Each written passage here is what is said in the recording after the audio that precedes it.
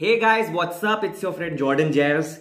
Ever wonder why French art house movies are so slow and boring, but they are very meaningful, like they talk about the purpose of life and society and deep concepts.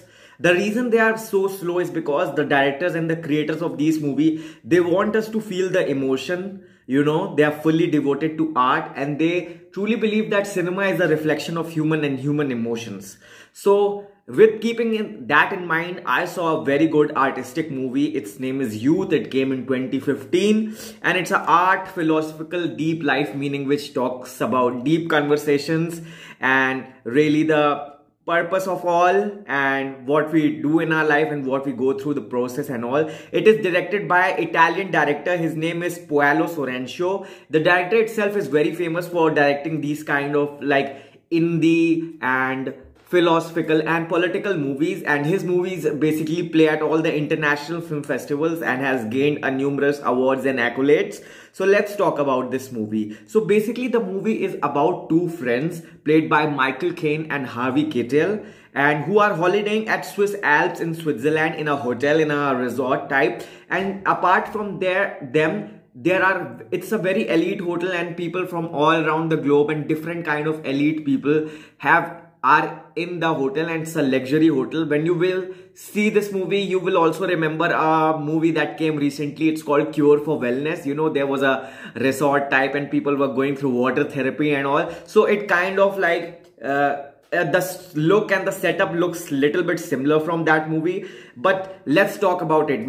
Caine, his name is Fred and he's a retired maestro. He's a music composer who has produced a lot of songs, and his famous song name is Simple Song. And Harvey Keitel character, he plays Mick. He's a film director. He's a famous film director who is writing a new movie for directing, and along with him he has a bunch of screenwriters, and they all are working together on a movie and discussing the concept and writing the draft.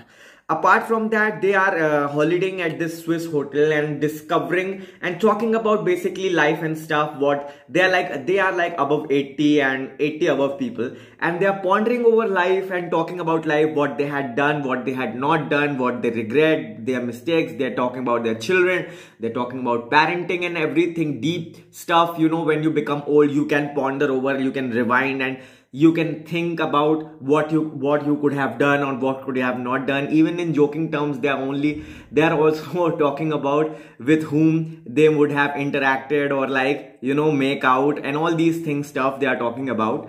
And they are also discovering when was the first time they take a ride on a bike. And they were also they are also very, apart from friendship, they are talking about, they are also taking care of each other. They daily ask themselves, did you take piss and how many drop it was, so these kind of stuff. It was a caring and a good friendship was shown between them, and it was clear said in the movie they only talk about good stuffs to each other.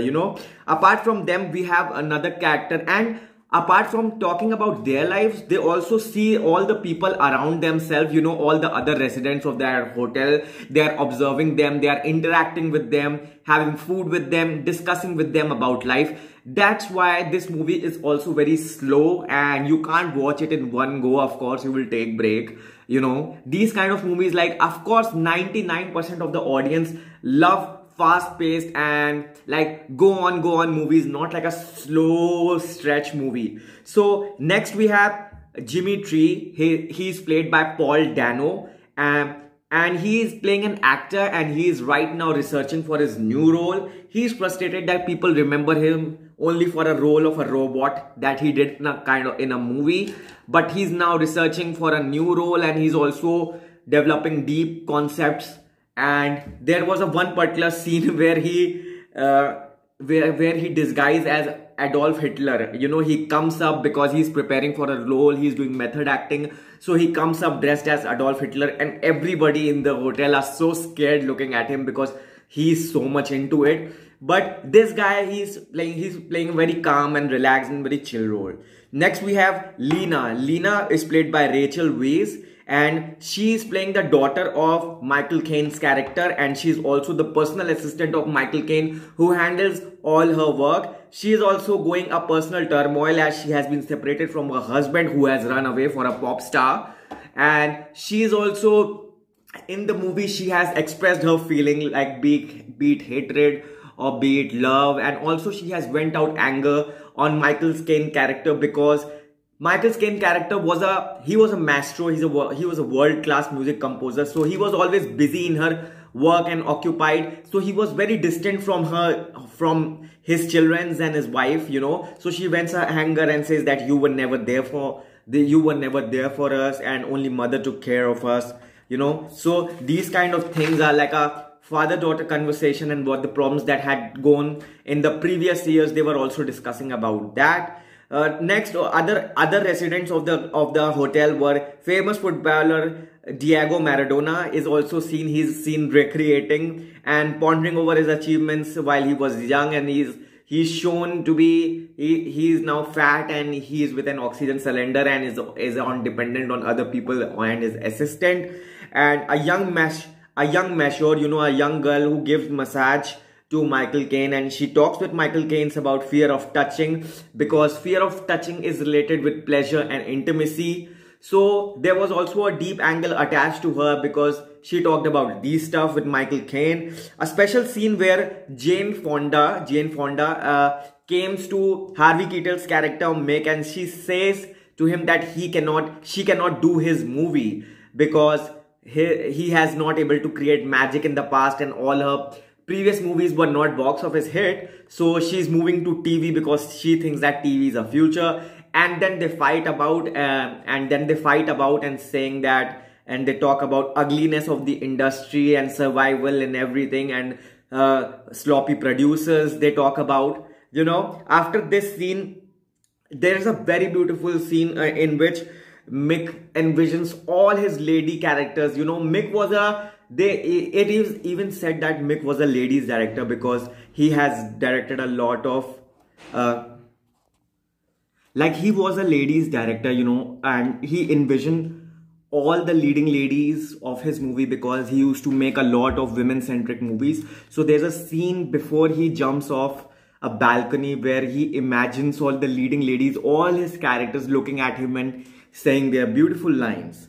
So after his scene, you know, Fred gets very disheartened and broken. So he visits Venice, where he sees his wife, after a very long time. There's also an underlying story where an MSc, that is an assistant of Queen, who keeps on approaching Michael Caine's character, because he wants that he should perform, as Queen has requested that he should perform his simple songs on her next birthday, to which Michael Caine shrugs it off always by saying that he will not perform those songs because of his personal reasons. But at the end of all these, and in the climax, Michael Caine does perform and the movie ends. So basically this movie is really a worth watch, and it's, you know, it's very deep and philosophical, and it's talk about life and stuff. It talk about meaning, and it will also encourage you to ponder over about life and other matters. So if you want to watch it, do watch it. It's on Airtel Extreme for free. Okay, take care till then, lots of love, and if you like this video, don't forget to subscribe, and I'll be reviewing next Arrival.